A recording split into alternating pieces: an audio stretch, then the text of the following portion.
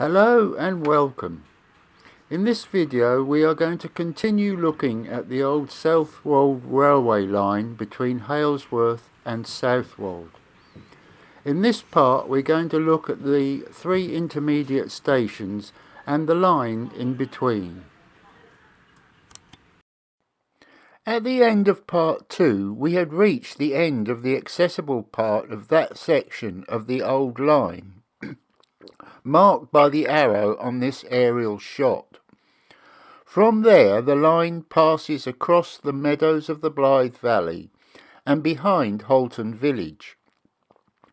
3/4 of a mile from the engine shed, the line passed under the Mells Road via Ball's Bridge, named, by the way, after a local tenant farmer.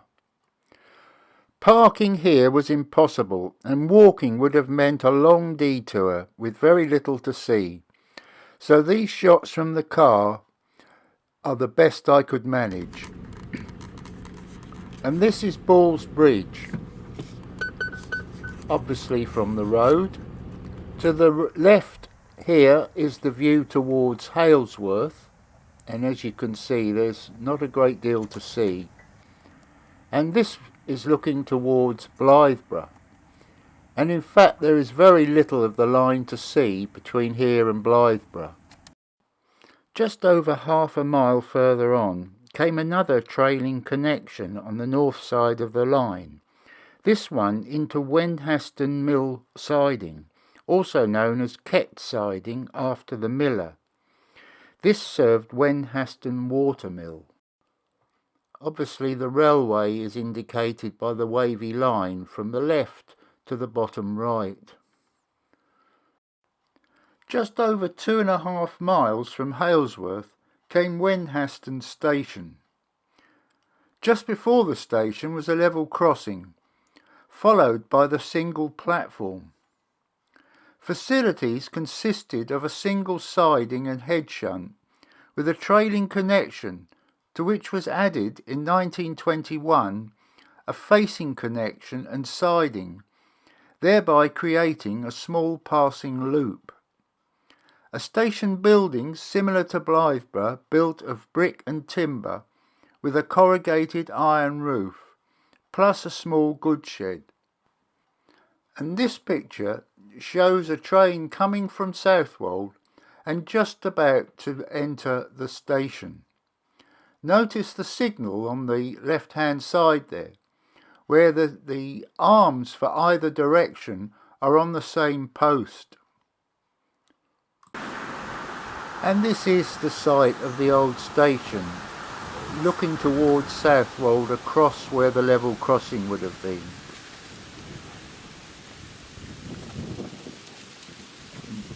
This site has been secured by the Southwold Railway Trust, and I think they're going to do some work here eventually when money permits. That's looking back towards Halesworth.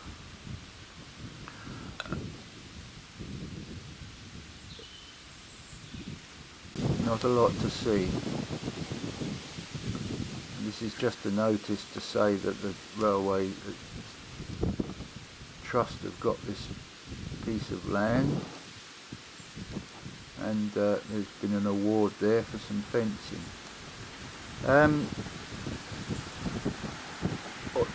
Regarding level crossings, although there are no less than 61 level crossings on this line, most of them were footpaths or occupation crossings, and this crossing here was the only public road one.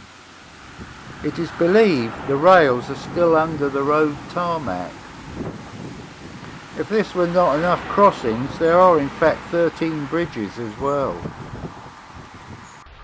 This commemorative sign nearby is a nice touch.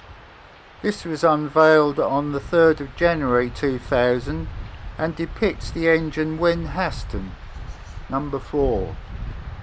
That's just near the site of the old station. Okay, now we'll move on towards Blythburgh.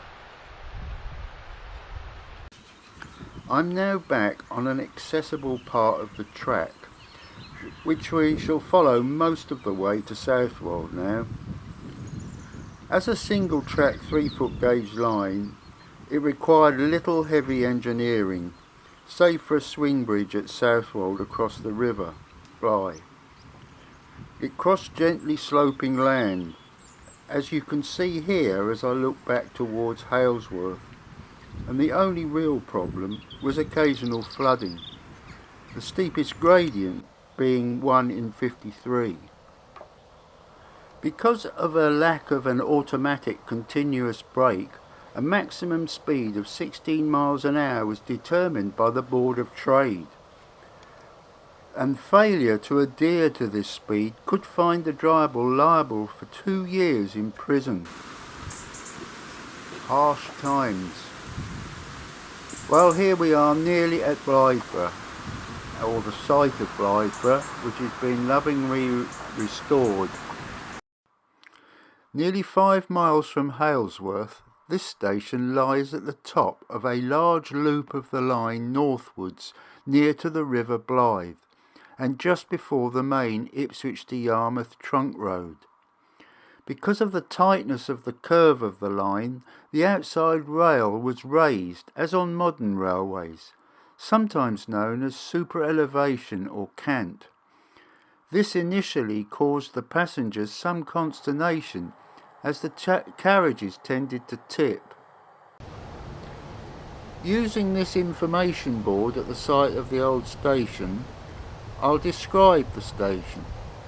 The station building was virtually identical to Wenhaston, plus a similar track layout later expanded to replicate Wenhaston, creating a short passenger loop. Although space had been allowed for some possible future doubling, the line remained single. The yard contains a goods loading stage and wooden shed. All the station platforms along the line were on the south side of the line and only a few inches high, as you can see here.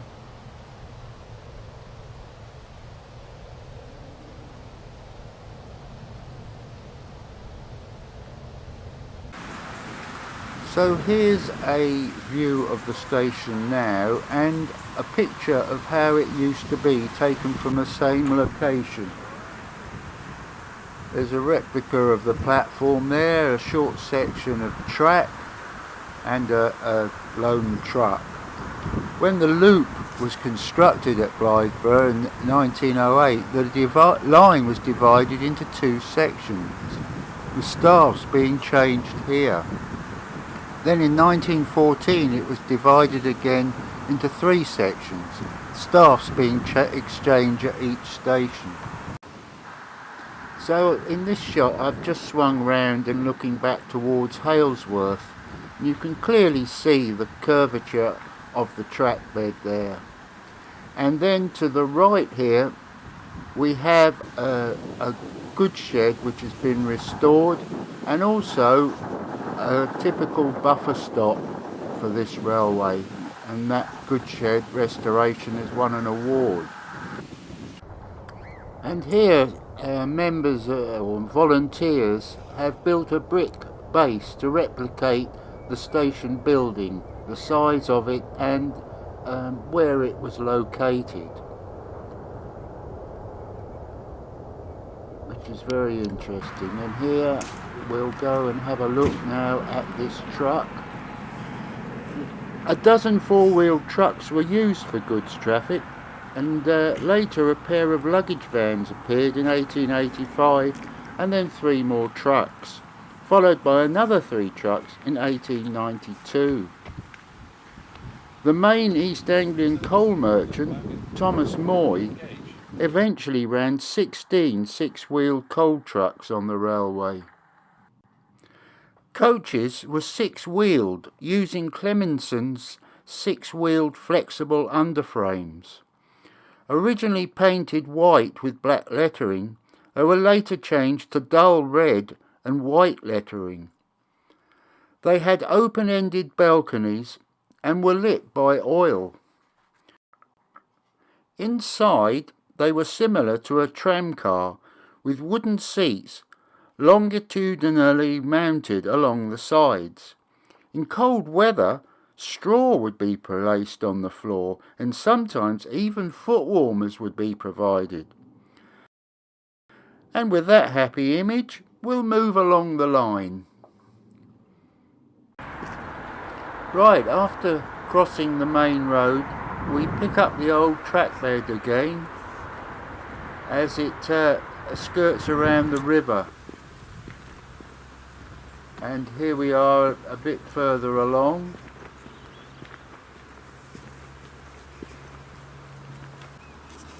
And then I found these old rails. Whether they're original or not, I assume they are. And here is a comparison. There's standard gauge and that's Southwold Railway gauge. Give you an idea of the difference. And here we have views across the Bull Camp and Angel Marshes, and soon the line will enter the Heronry, and I'll speed up the next section. Tinker's Covert or Covert and Deadman's Covert were some of the strange names given to the attractive wooded areas along this track. At the east end of Deadman's Covert, the line enters a high embankment. This is List's Bank.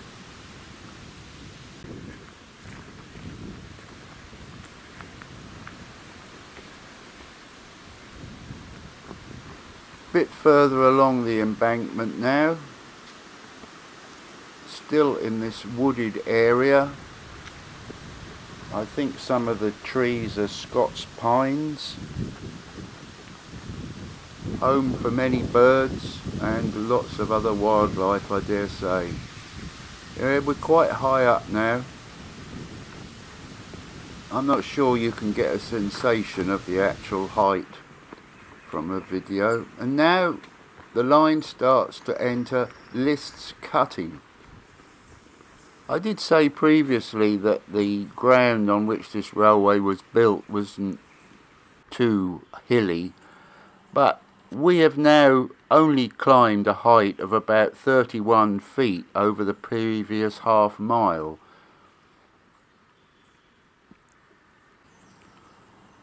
Now this cottage buried deep in the woods is called Keeper's Cottage. This was the home of the estate head gamekeeper John List, hence the name of the previous earthworks.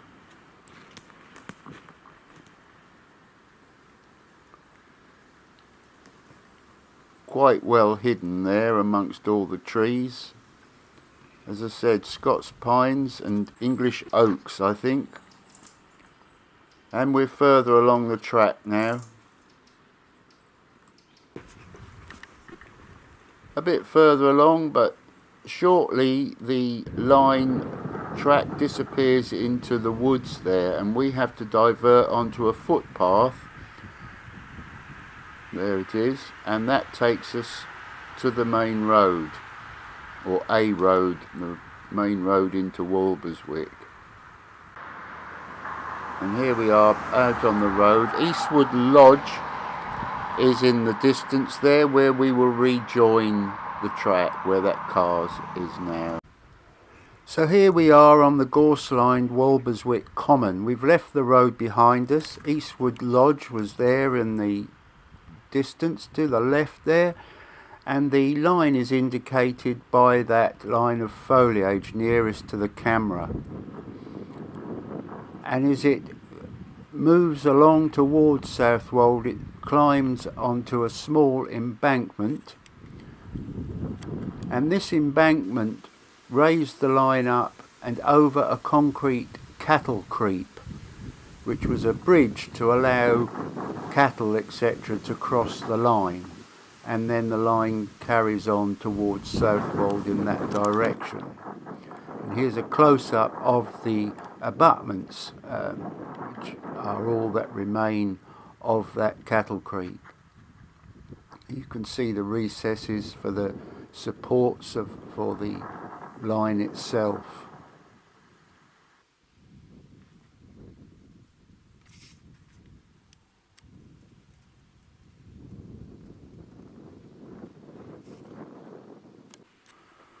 Right, we've rejoined the old alignment now, and we pass for a short distance through small cuttings covered in foliage, and eventually we'll come to the site in a short distance of the site of Walberswick Station.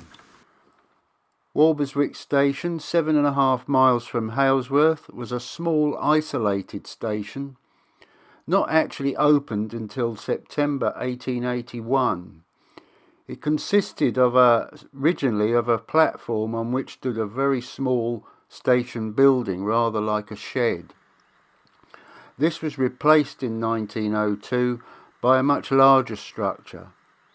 A single siding behind the platform was later joined by a second siding and a goods shed. All that remains now is this concrete base of the larger station building from 1902. The rails would have been over to the we're looking back towards Halesworth now, and that's towards, obviously, to the other way towards Southwold, and the rails would have been just the other side of the concrete base, and that's looking where the sidings, etc., and goods shed would have been, and again back towards Southwold. So we'll leave the site of Walberswick Station now. The old alignment is just to the left in all that foliage, but eventually this track and the old line meet just in the distance there.